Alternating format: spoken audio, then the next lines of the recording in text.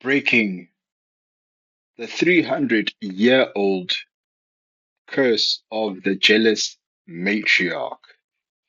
Welcome back to the Sovereign Renaissance, a channel where we discuss the arcane, mystical, and explore occult science.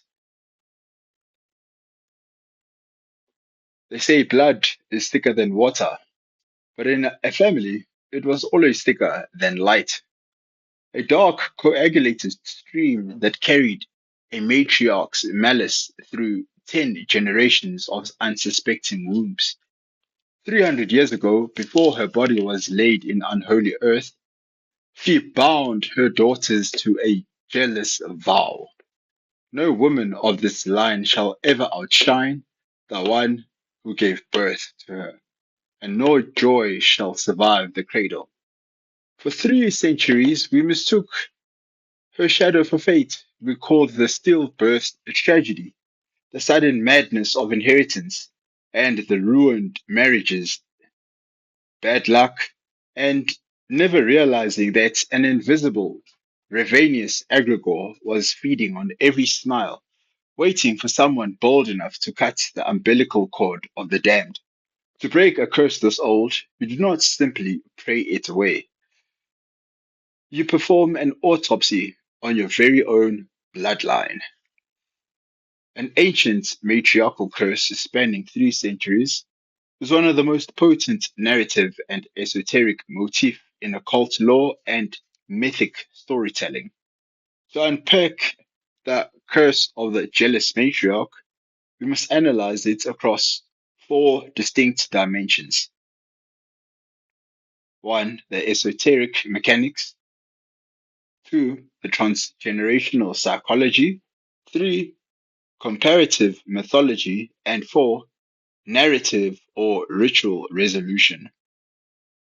In esoteric mechanics, how a 300-year-old curse operates. In occult philosophy and ceremonial magic, a curse does not survive 300 years on mere emotion alone. It functions as a self sustaining, autonomous metaphysical system.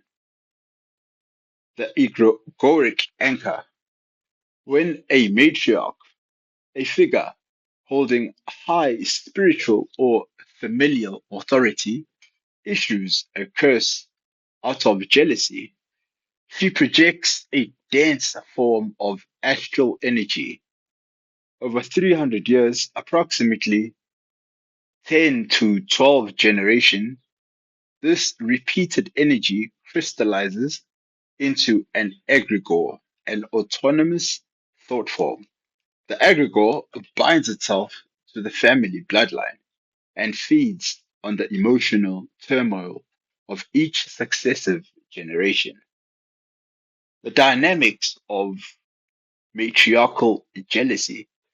Unlike outward destructive male curses, often associated with conquest or violence, a matriarchal curse is inherently inward, directed at the lineage itself. It targets creation and continuity. In infertility, stillbirth, or death of firstborns. Eros and union, the systematic ruin of marriages, romantic betrayal, or drive towards isolation. In inheritance of beauty or power, top by targeting daughters or young women in the bloodline who embody the youth, freedom, or joy the matriarch lost.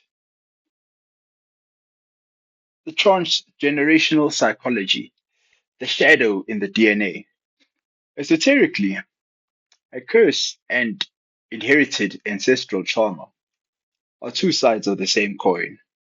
What occultists call a curse, modern psychology often identifies as transgenerational trauma and epigenetic repetition.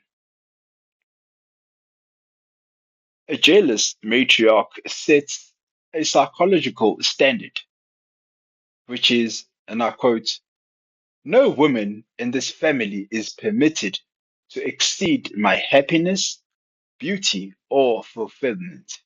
Close quote. Descendants internalize this taboo as guilt, self sabotage, or chronic anxiety whenever they approach genuine success or love. Number three, comparative mythology, archetypes of the jealous matriarch. Across world mythologies, the matriarch who curses her own bloodline or community out of envy or displacement is a terrifyingly persistent archetype. Hera in Greek, the ultimate jealous matriarch who systematically persecutes her offspring and lovers to Zeus, punishing innocents to avenge her degraded status. Another figure or archetype is La Lora or Kotiku in Mesoamerican, that is the grieving, furious mother archetype whose rage spans generations, consuming the young to feed an unquenchable loss. Or Lilith, the Lilith archetype, also known as the Queen of Sheba in esoteric Judaism. This archetype, the inverted matriarch who refuses submission and casts shadow of infant mortality and romantic ruin across lines that reject authority. Number four, breaking the curse, a multi-dimensional resolution. To break a 300-year-old curse, one cannot simply use passive defense. The protocol requires restructuring the ancestral spirit line. Esoteric and ritual steps, the exhumation of truth, or gnosis. The curse thrives in silence and concealment. The lineage must trace the ancestral line back 300 years to name the original transgression, the victim, and the matriarch's hidden wound. Severing the ancestral cord. Solve. Performing a ritual of lineage separation. The practitioner stands as an ancestral pivot, declaring that while blood flows through them, the miasma ends with them, and offering the offering of equivalent value, which is the sacrifice. Now, jealousy stems from perceived deprivation. The ritual requires an offering to the ancestral matriarch spirit, acknowledging her original pain while revoking her jurisdiction over the living,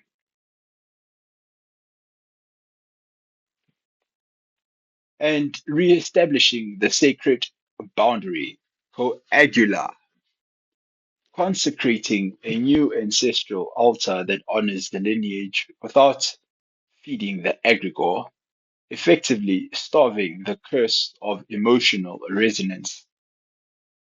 The curse remains binding only so long the living mistake the voice of the dead for their own intuition. We stand at the threshold of the altar, salt in hand, ready to burn the ancestral ledger and sever the cord once and for all. But as the smoke rises and the ancient knot unravels, a cold, sickening truth slithers up the back of your neck. A 300-year-old hunger does not simply vanish into the night.